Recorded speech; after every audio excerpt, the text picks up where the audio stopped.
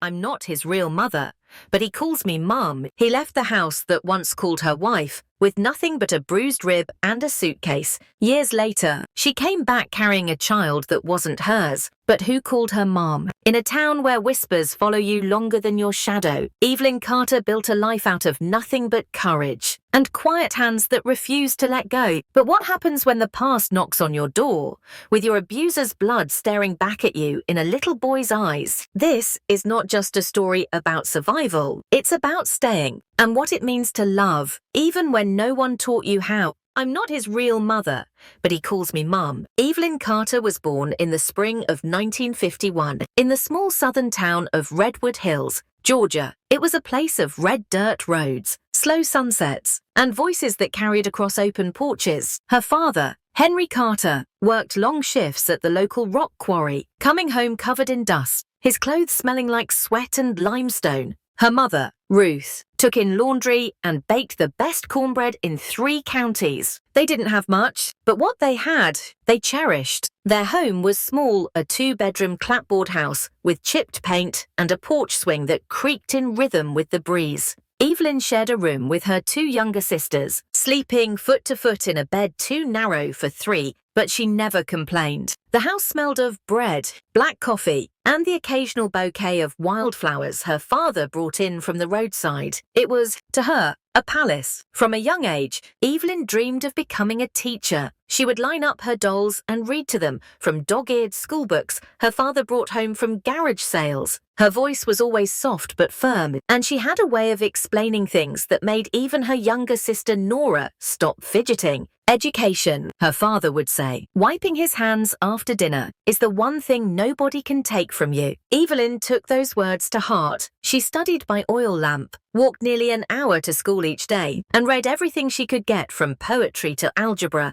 By the time she turned 19, she had earned a scholarship to a teacher training school in Savannah. She was the first in her family to graduate. Her father cried at the ceremony. Not a sobbing cry, just one slow tear he wiped away like he hoped no one would notice. But Evelyn saw it, and it meant more than any speech. She returned to Redwood Hills as Miss Carter, the new teacher at the local elementary school. She taught 2nd and 3rd grade in a sunlit room with warped floorboards and chalk dust that never quite settled. Her students adored her. She had a way of making even the shyest child feel seen. She brought in flowers on Fridays and told stories that made spelling tests seem like adventures. It was in that same classroom that she met Raymond Steele. He came to enroll his nephew, a boy named Curtis. Tall, dark-haired, and clean-shaven, Raymond wore a crisp blue button-down shirt and khakis pressed just so. His shoes gleamed. His smile was confident, but not arrogant, at least not at first. "You must be the teacher," he said, eyes lingering a beat too long. "Yes, I'm Evelyn Carter," she answered, surprised by her own sudden nervousness. "Raymond Steele.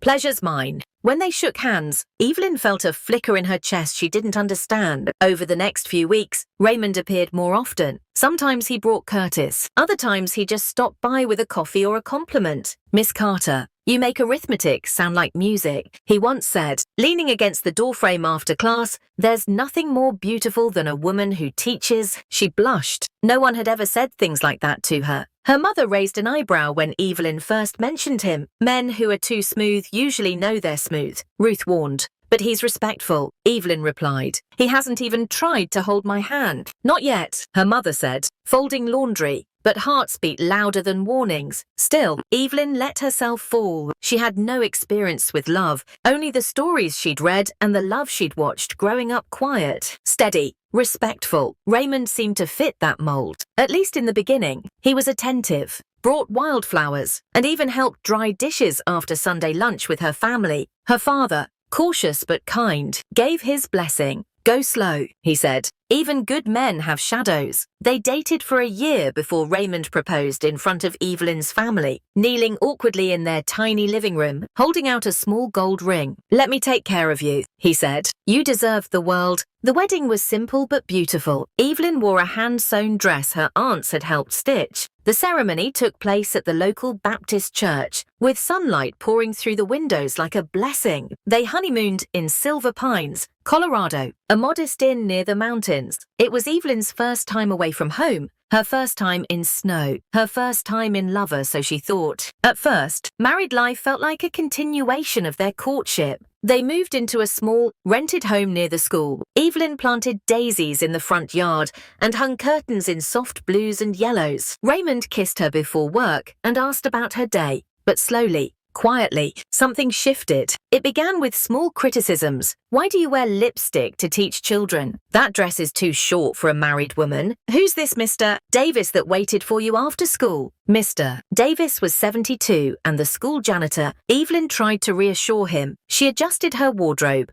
stopped wearing perfume, and timed her departures from school so no one would walk beside her. Still, Raymond's suspicion deepened. He began calling her at work, showing up unexpectedly. He started drinking, first a beer with dinner, then whiskey straight from the bottle. His mood became unpredictable. Then, she got pregnant. She told Raymond with tears in her eyes, clutching the test in trembling hands. For a few weeks, he softened. He kissed her belly. He promised to be the kind of father she had grown up with. But in the 3rd month, she lost the baby. Heavy bleeding, pain, an ambulance in the night. Evelyn returned home hollow. You should have taken better care of yourself. Raymond snapped as she lay recovering. His words cut deeper than the miscarriage. Still, Evelyn said nothing. The 2nd pregnancy came the following year. This time, she followed every instruction. She stopped working early. She rested. She prayed. But at 5 months, another loss. The hospital lights blurred with her tears. In the car ride home,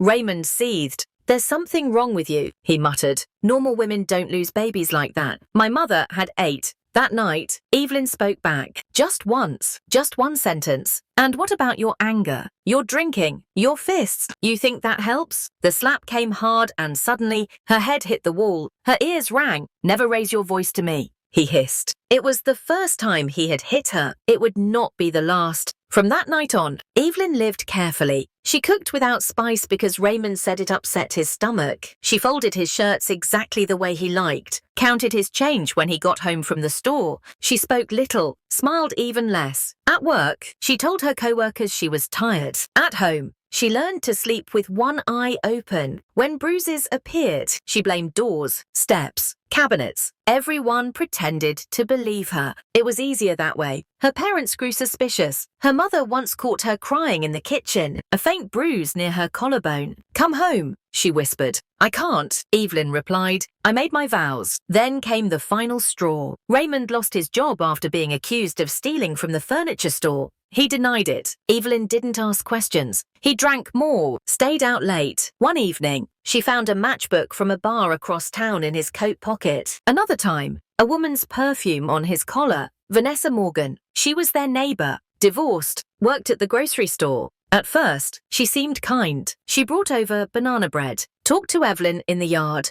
listened, encouraged. You don't deserve this. Honey, she said once, eyes full of worry. But Vanessa was also the one Evelyn found laughing in her bedroom with Raymond on a rainy Friday afternoon in May. The betrayal broke something inside her. She didn't scream, didn't cry. She simply turned, walked to the kitchen, and sat down. When Raymond emerged, whistling, he saw her sitting there, motionless. What are you doing home so early? She didn't answer. You saw. She nodded. His laugh was cruel. And what are you going to do? She stood, voice steady. I'm leaving. That's when he snapped. He blocked the hallway, his body heavy with rage. The first hit was open-handed. The second was a fist to her ribs. He dragged her by the hair, kicked her, spat on her, screamed that she was worthless, barren, a failure of a woman. When he finally left wallet in hand, muttering about dinner, Evelyn crawled to the phone. She didn't call her parents. She called her sister Margaret. Margaret and her husband, Frank, arrived within 15 minutes. Evelyn was barely conscious, bloodied,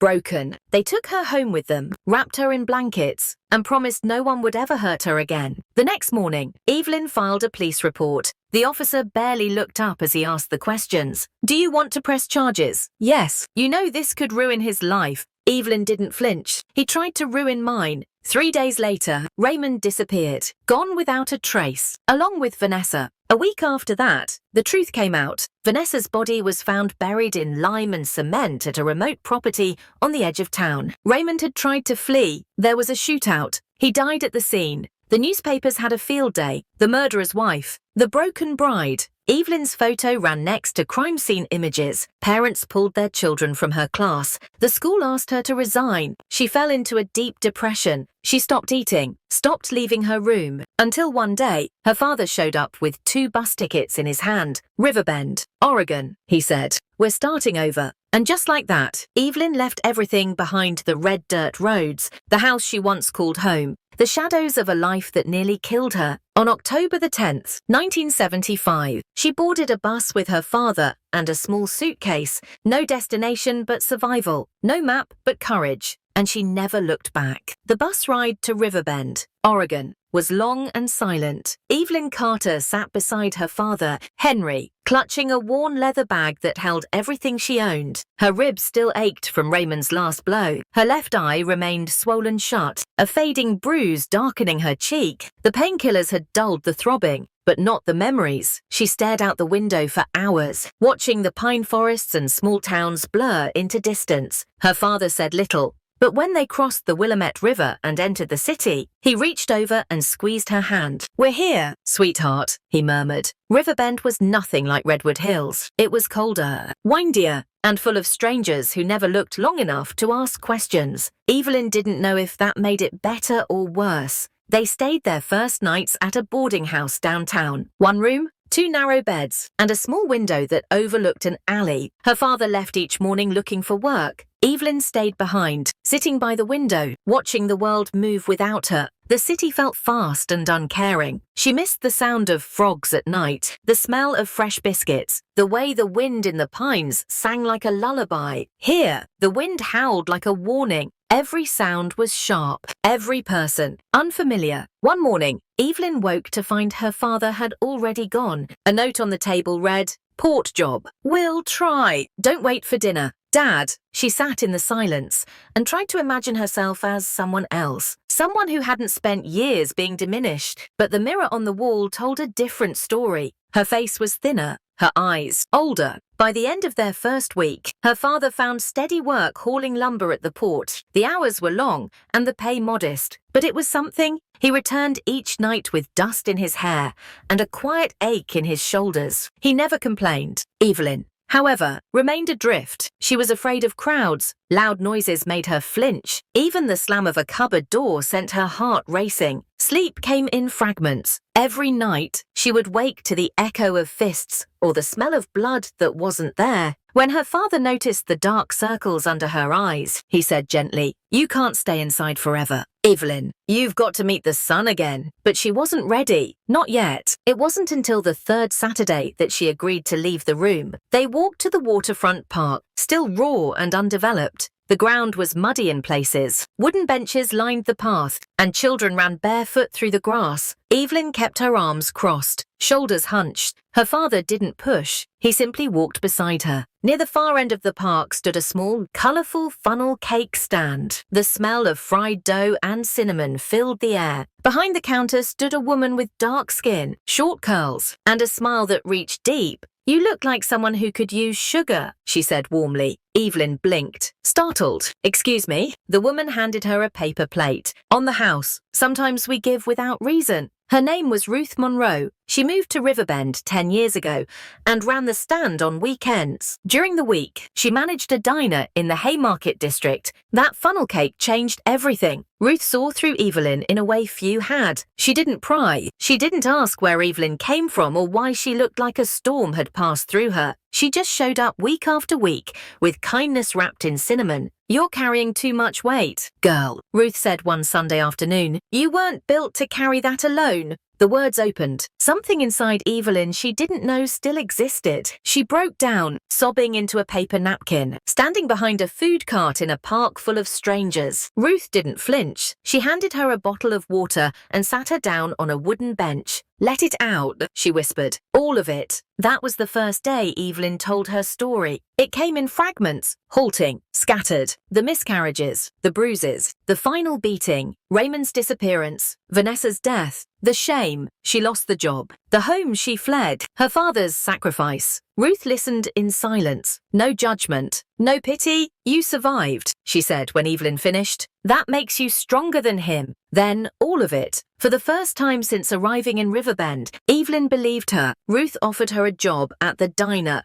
Nothing fancy. Washing dishes, wiping tables, helping with prep. Evelyn hesitated. I'm not ready, she admitted. Ruth tilted her head. You don't have to be ready. You just must start. Her father, protective as ever, insisted on meeting Ruth first. They sat at the diner's back table one evening. Ruth poured him coffee and telling him about her late husband, the long nights she worked, and the people she helped along the way. He nodded slowly. She's good folks, he whispered to Evelyn later. You'll be safe here. The first week at dinner was hard. The clatter of plates, the shouts from the cook, the constant motion all overwhelmed her. Loud voices reminded her of Raymond. The slam of the walk-in fridge made her flinch. But Ruth watched closely. Start with what's quiet, she advised. Cut lemons, fold napkins, wipe down menus. We'll build up. And they did. Evelyn began to find rhythm in the small things. She took the early morning shift. When the world was still soft, she learned the regulars' orders. She memorized the coffee brands. She comforted me in repetition. It wasn't glamorous,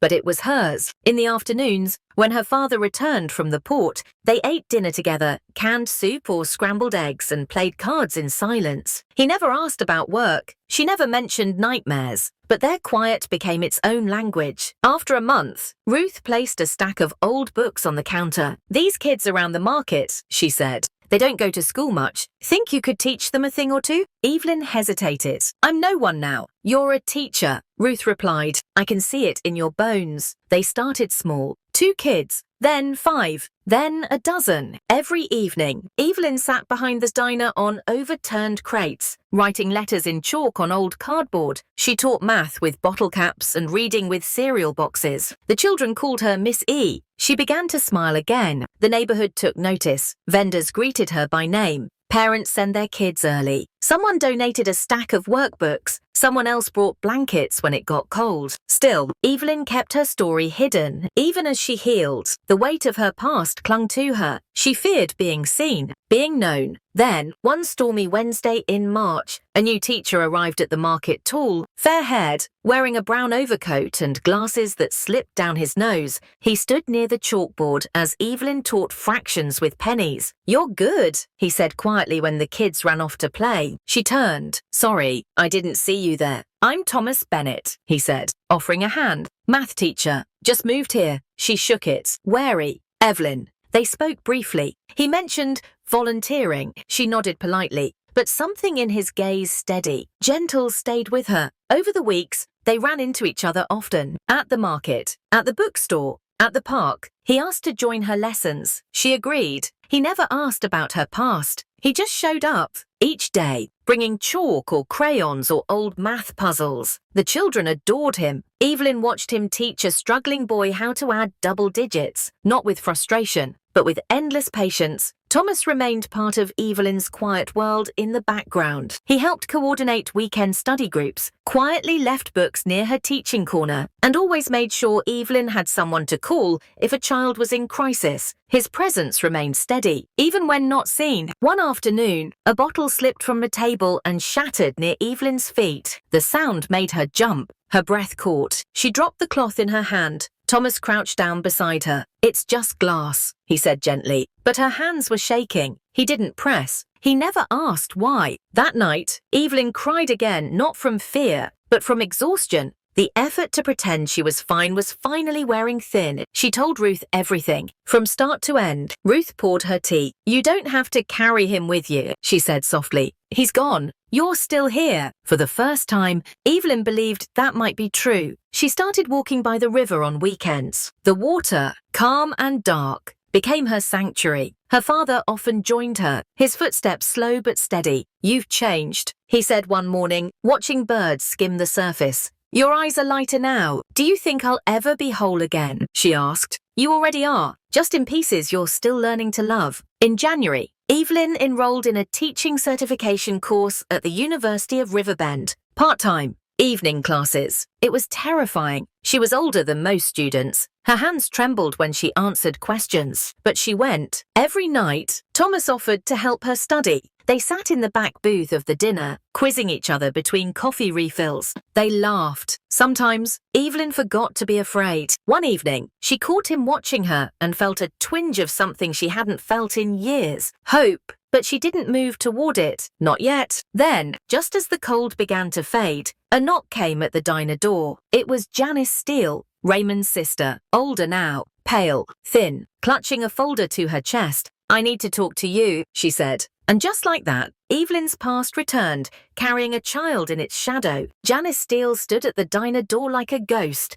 Evelyn never asked to see again. Her face was thinner, hair grayer, her posture tentative, like someone who no longer expected welcome. "I'm sorry to come like this," she said, wringing her hands. "I know I'm probably the last person you ever wanted to see." Evelyn didn't speak. The sound of the name Steele had already sent her breath shallow. "It's about a child," Janice continued. "Raymond's child. He had a son with Vanessa." The words hit like a second impact. Evelyn's hand gripped the edge of the counter to steady herself. Not from hatred, she had worked hard to bury that, but from the sheer weight of the past being unearthed. Janice explained everything. Vanessa had been pregnant when she was murdered. She had left the child with Janice's mother. After her passing, Janice took the boy in. Now, Janice is dying of cancer. The child had no one left, and legally, Evelyn, still the widow of Raymond, was the next of kin. "I didn't know where else to go," Janice said, voice breaking. "He's just 4 years old. He's innocent." Evelyn's mind reeled. Her heart thudded so loud she could barely hear anything else. "You're asking me," she whispered, "to raise the child of the man who nearly killed me, and the woman who betrayed me."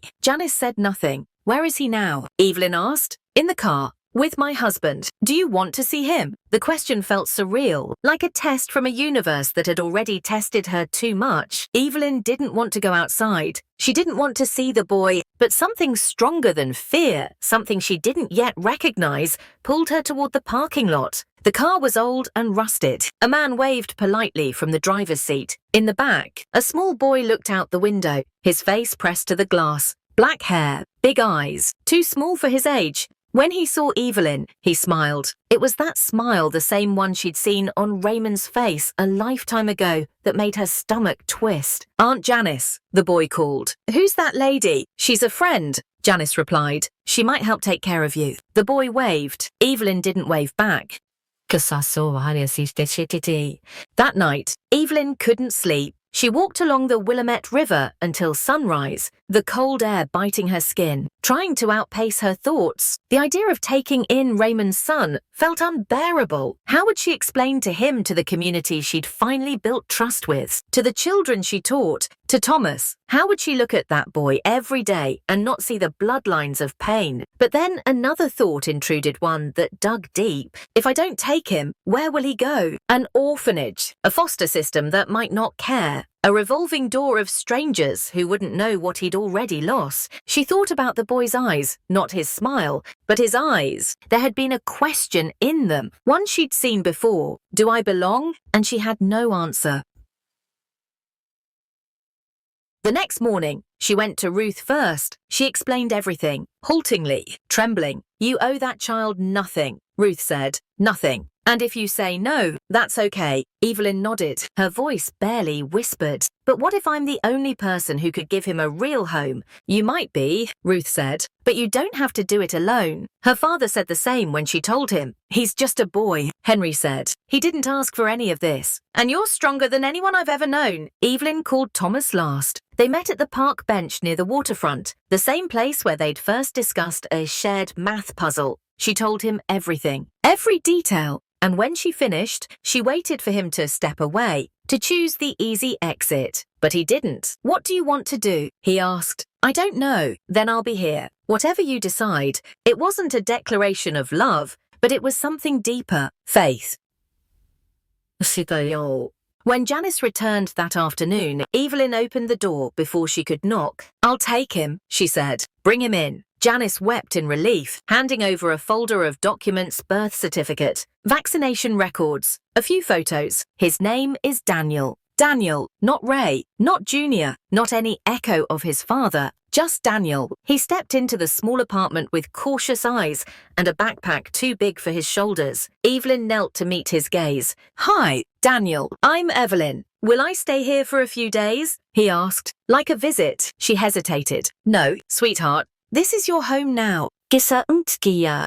Troy. The first weeks were harder than Evelyn could have imagined. Daniel woke up crying most nights. He asked about Aunt Janice every morning. He lined up his socks in perfect rows, perhaps the only order he'd ever known. He didn't speak much and flinched whenever someone moved too quickly. Evelyn tried her best. She read his stories at bedtime. Though he rarely listened, she packed him lunch, even when he barely touched it. She drew up routines, made him a chore chart, introduced him to the park. Some days, he smiled. Other days, he cried into his pillow, asking when he could go back to the house with the yellow door. He didn't understand that no one was waiting behind it. Evelyn was exhausted. She took time off from the dinner. Her coursework suffered. Her anxiety returned. She feared that every step she'd taken to rebuild her life was unraveling in her hands. But Ruth reminded her, "You're planting seeds. You just can't see them sprouting yet." Thomas stopped by with groceries. Evelyn's father walked Daniel to school each morning. The community quietly began to close ranks around her. Still, there were moments Evelyn nearly gave up, like the night Daniel screamed in his sleep, thrashing and gasping. Unable to be consoled, Evelyn sat beside his bed for 2 hours, holding his hand, whispering the same phrase again. "You're safe now, you're safe." Or the morning she found him tearing pages from a book because it made him remember. Or the first time he shouted, "You're not my real mom," then burst into tears before he even finished the sentence. But Evelyn stayed. She stayed through the tantrums, through the nightmares, through the heartbreak of watching a child try to fit into a world that hadn't made space for him. And slowly, so slowly, he began to soften. He started calling her Aunt Evelyn. Then, just once, in a whisper she nearly missed, "Mom." That spring, Evelyn returned to her teaching program. She brought Daniel with her on campus visits. He would sit in the back of the library, drawing dragons on scrap paper while she read her textbooks. Other students raised eyebrows, but Evelyn didn't care. She had already lost everything once. She wouldn't hide any more. Ruth helped her cover shifts at dinner. Thomas helped Daniel with homework. Her father built a reading corner in their small apartment, complete with cushions and a lamp made from leftover wood. Every gesture reminded her that healing was never solitary. In June, Evelyn formally filed for adoption. The adoption process wasn't as immediate as a signature. Evelyn filed for temporary guardianship, attended a hearing to determine her eligibility, and had to provide letters of support from community members, including Ruth and her principal. Home inspections followed, background checks. But when the court date arrived, the judge looked at Daniel, already calling her mum, and granted full adoption. The court process was straightforward. Janice had passed away. No other family contested. But when the judge asked, "Are you certain you want to do this?" Evelyn's answer didn't waver. "I've never been more certain of anything in my life." Daniel Carter became Daniel Carter legally, but in her heart, he already had been.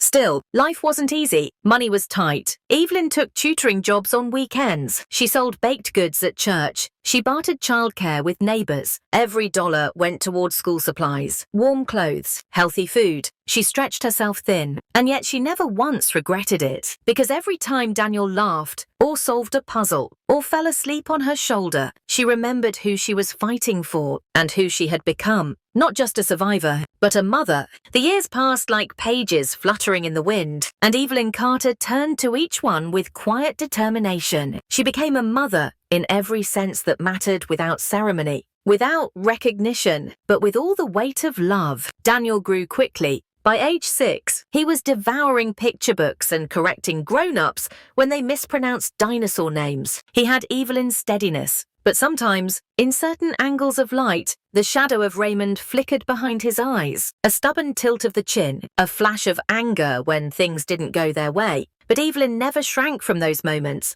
Instead, she leaned in. She taught him how to name his emotions, not bury them. She modeled calm even when her heart raced. And when he asked difficult questions about death, about why he didn't have real parents like the other kids, she answered with careful truth. Your mother couldn't stay. She'd say, she loved you, but she couldn't raise you. So I did, because you deserved a home. The details could wait. He was too young to carry the whole truth, but Evelyn knew the day would come. Until then, she poured herself into two things, Daniel and teaching. After finishing her degree, Evelyn applied for a position at a public elementary school in South Riverbend. It was the kind of school most teachers avoided: low funding, high turnover, classrooms filled with kids carrying burdens heavier than backpacks. But Evelyn didn't flinch. She was given a class of 30 children between the ages of 6 and 9. Most of them had never finished a full year in the same school. Some couldn't write their names. A few had never held a pencil properly. Evelyn didn't judge. She just started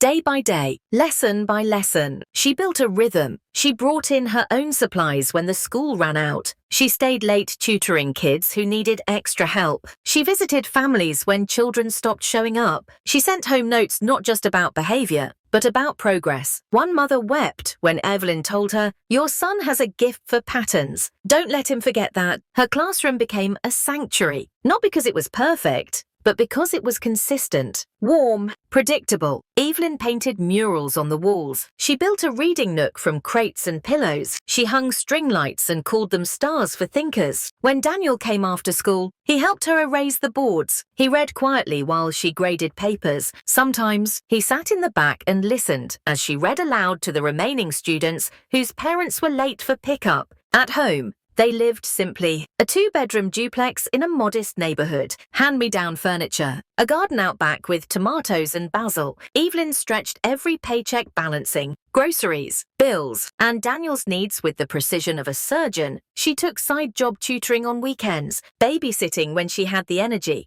but never once did she let Daniel feel the strain. When he asked, "Are we poor?" she answered, "We don't have much money, but we're rich in the ways that matter." He believed in her because it was true.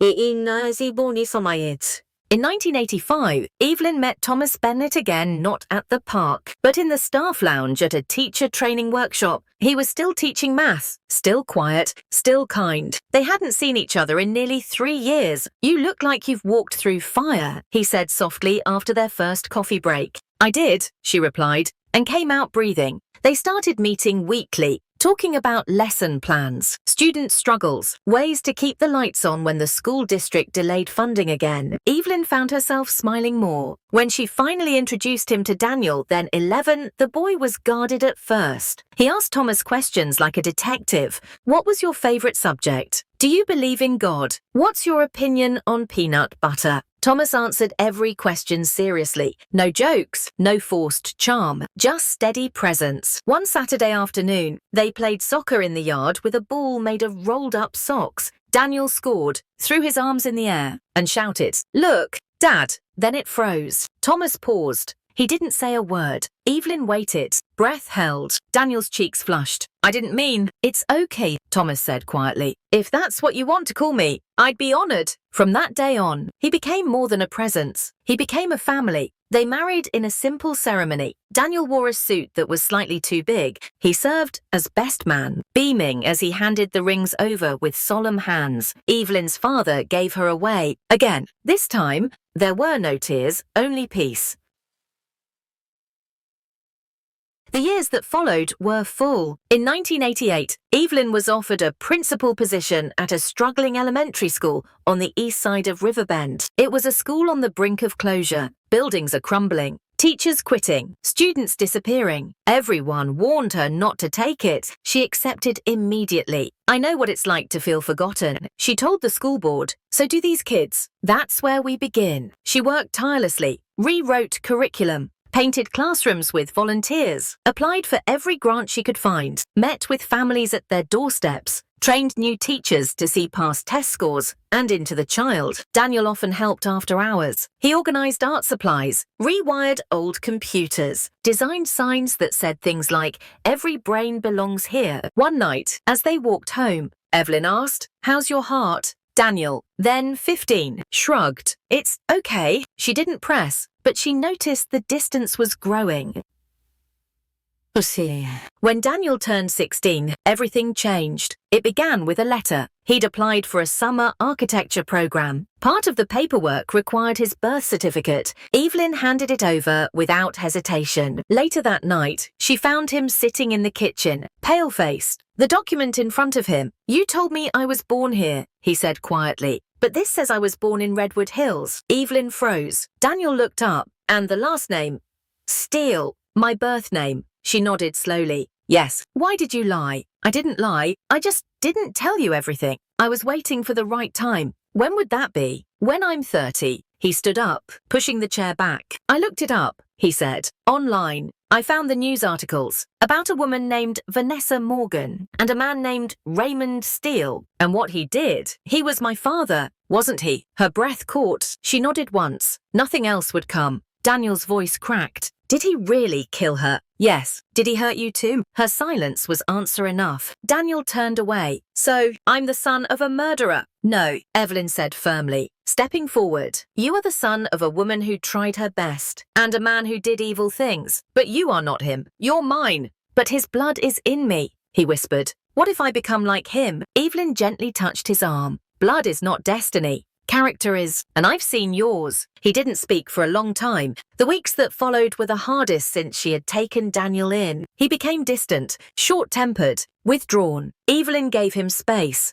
but not silence. She cooked his favorite meals, left books by his door, waited by the porch, step every evening until he came home. One night, Thomas found him sitting on the curb outside. They talked for hours, just the two of them. Evelyn didn't ask what was said. She didn't need to. The next morning, Daniel came to breakfast with puffy eyes and said, "I want to be adopted, really adapted. I want your name." "Mom and Dad's." Evelyn blinked, tears rising before she could stop them. "You always had it. Now the law can catch up." In 1993, Daniel became Daniel Carter Bennett. He stood in the courthouse in a blue suit, taller than both his parents now, hands shaking. The judge asked him to speak. He cleared his throat and said, "I'm not proud of where I came from, but I'm proud of who raised me. And I want the world to know that." When it was done, Evelyn hugged him longer than she ever had. That night, they lit a single candle on the dinner table, not for celebration, but for light, a symbol that even in the darkest parts of a story, a chapter can begin again. Daniel went on to study architecture, earning a scholarship to a top program. He drew blueprints late into the night, filling notebooks with bridges, schools, and quiet houses full of windows and light. One day, Evelyn peeked at his latest design school with a central garden, wide hallways, soft floors, and murals everywhere. "It looks like a place for healing," she said. "That's the idea," he replied. Evelyn kept teaching and leading and planting seeds. She never asked for awards,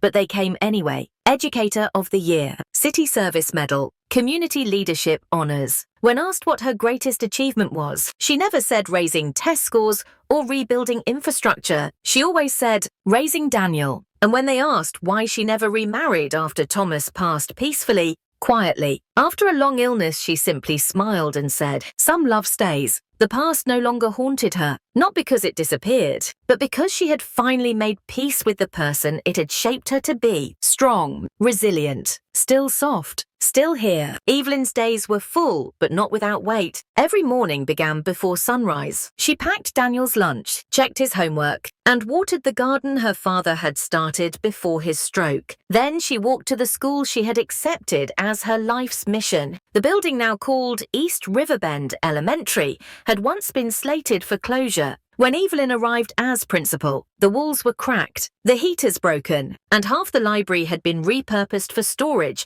because there simply weren't enough books to justify shelves. But Evelyn didn't ask, "What can I do?" She asked, "Who will help me do it?" She called parents, sent letters, and invited retired teachers back as volunteers. She walked the neighborhood with stacks of flyers. She met with the city's building department to get repair approvals and bartered leftover chalkboards for donated paint. There were setbacks. One winter, pipes burst and flooded the basement. Evelyn spent Christmas Eve stacking sandbags with 2 janitors and a local church group. Another semester, 5 teachers quit in a single week due to burnout. Evelyn took over 3 of their classes classes herself until replacements were found. Thomas was often her quiet anchor. After a long day, he would leave notes tucked inside her lesson plan binder. You saved someone today, even if they don't know it yet. At home, Evelyn managed Daniel's mood with grace and patience, but it wasn't easy. As he moved into adolescence, his questions deepened. Why don't I have baby pictures? What did my real mum look like? Do I have her eyes? Evelyn answered with what she could. She had light in her eyes, she said one night, even when she smiled at me. And you have the same light. Sometimes, Daniel would respond with a shrug. Other times, he'd nod and go quiet. It was as if he were trying to piece together a puzzle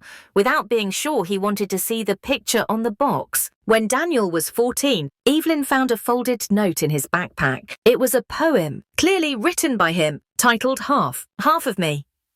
I know, half I don't, one half I love, one I won't. She sat with it for nearly an hour before speaking to him. I found your poem. I didn't mean for you to see it. I know, but I'm glad I did. Daniel turned away. It doesn't mean anything. It means you're trying to understand yourself. That's brave. He didn't answer, but he didn't leave either. That night, Evelyn stood at the window long after Daniel had gone to bed. She had built her entire life around the belief that love was more powerful than blood. But now, that belief felt fragile. What if she wasn't enough? What if Daniel went looking for the rest of himself and found something he couldn't bear? The following year brought both pride and pressure. Daniel was accepted into an elite high school architecture summer program, a place for gifted teens who dreamed in blueprints and elevations. Evelyn was ecstatic. They celebrated with root beer floats on the porch, but behind the joy was paperwork. And in that paperwork required for legal identification, Daniel found the truth. Redwood Hills, Raymond Steele,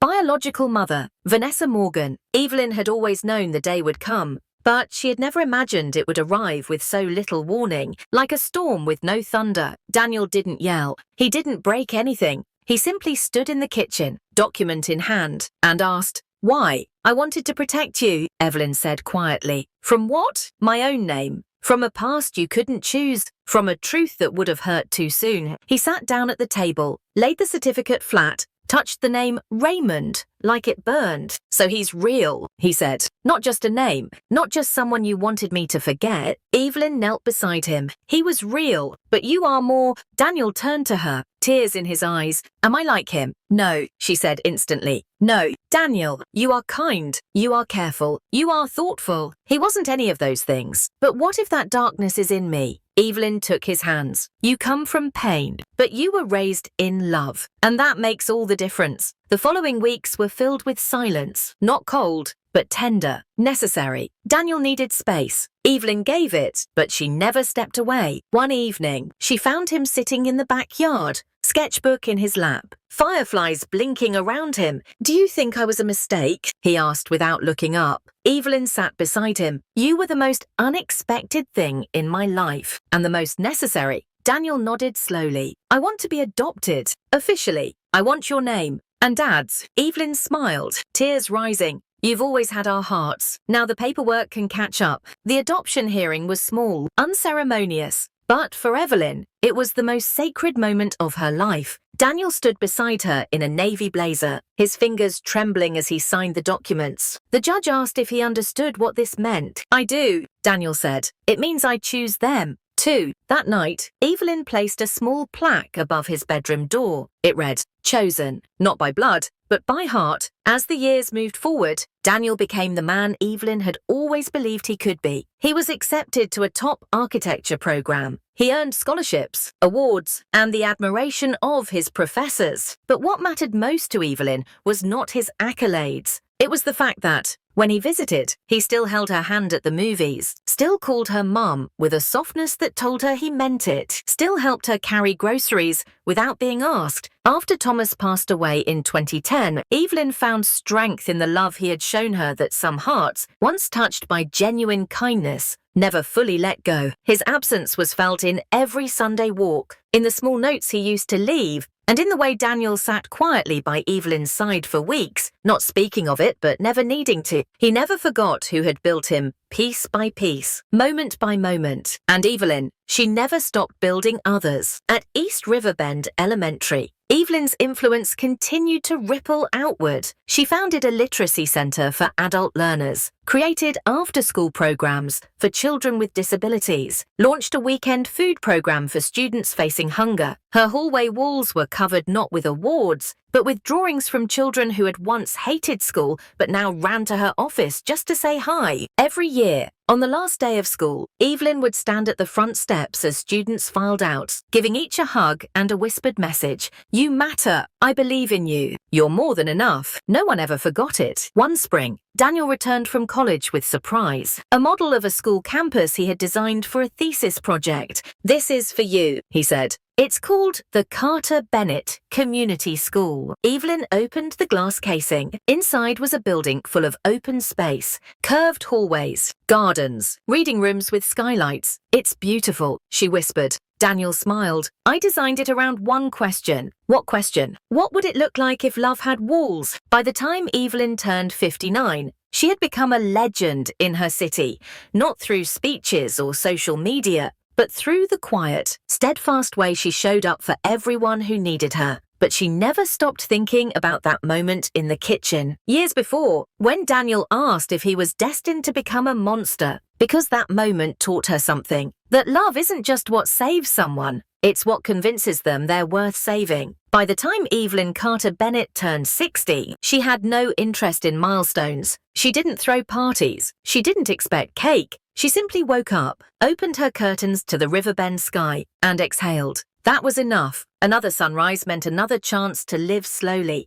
deeply, truthfully. Her home was a modest 2-story clapboard house near the edge of town, with an overgrown hydrangea bush and a bench by the front gate, where neighborhood children often stopped to chat or tie their shoes. Inside, everything bore her fingerprints. The framed student drawings along the hallway, the bowl of river stones on the windowsill, each one carried home in Daniel's small hands. The quilt her mother once stitched, now folded neatly at the foot of her bed. Evelyn no longer rushed. She moved with the confidence of someone who had done the hard work of survival, of rebuilding, of forgiveness. Her hands, once trembling, now steady. Her eyes, still soft, but no longer guarded. She had retired 3 years earlier. There were speeches, of course, a plaque from the school district, a video montage of former students, now scattered across the country, engineers, teachers, nurses, one even a congresswoman, each one holding a sign that read, "Thank you, Mrs. Bennett."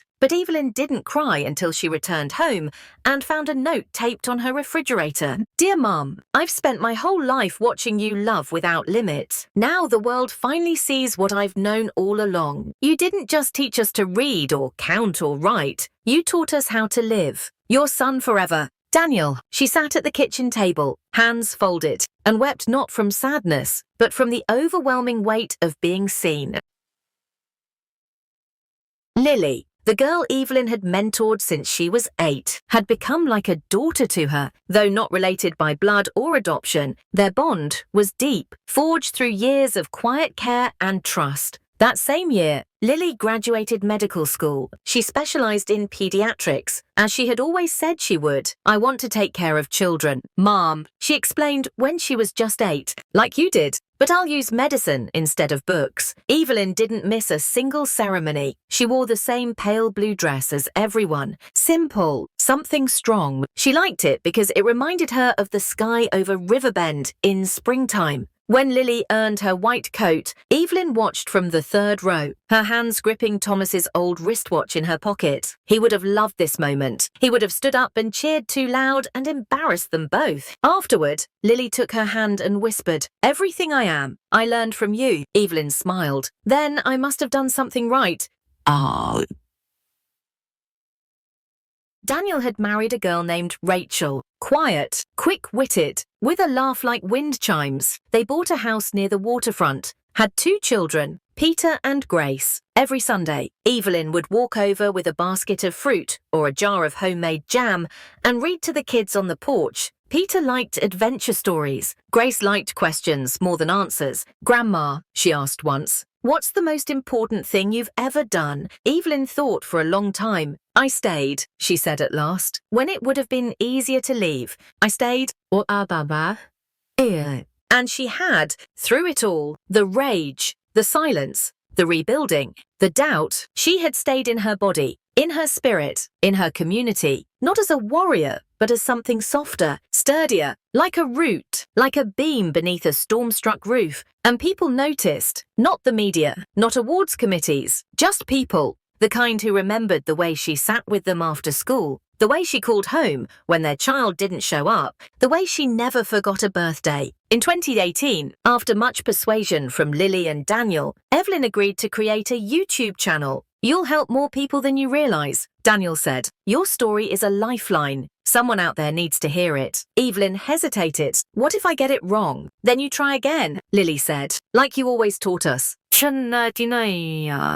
They named the channel Grandma's Table. The first video was filmed on an old iPhone in Evelyn's living room. She sat in a wooden chair, backlit by soft window light. No makeup, no script. She spoke plainly about teaching, about fear, about finding courage in moments no one else could see. She talked about the first time she heard a child say, "I can't," and how she learned to respond. Yet, she didn't mention Raymond, or Vanessa, or the night she escaped. Not yet, but the response was immediate. Comments flooded in. "You remind me of my grandmother. I miss her every day. I'm a new teacher, and you just gave me strength to go back tomorrow. Please don't stop. The world needs voices like yours." So she didn't stop. Each week, Evelyn recorded a new video. Sometimes she tells stories. Sometimes she reads poems. Sometimes she offered advice, always wrapped in grace. Her subscribers grew from dozens to hundreds to tens of thousands. Rather than list her accomplishments, Evelyn now focused her days on writing short reflections,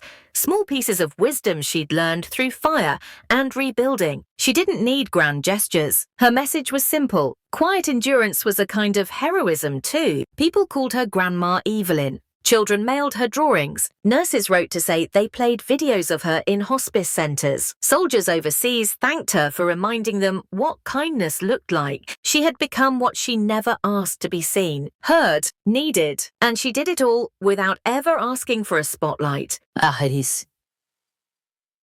One spring morning, Daniel knocked on her door with a small package. "You've been nominated for something," he said, handing her a letter. She opened it, read slowly, then read it again. A national organization, Voices of Quiet Impact, had chosen her as one of 5 Americans to be honored for lifetime contributions to community, education, and resilience. "Why me?" she whispered. Daniel just smiled. "Because you've changed more lives than you'll ever know." The ceremony was quiet, elegant, held in a theater draped in warm light. Evelyn wore her blue dress. She didn't prepare a speech. She never needed one. When her name was called, she walked onto the stage, heart steady. She stood in front of the microphone, investigated the crowd, and said, "I didn't set out to change anything. I just didn't want pain to have the last word."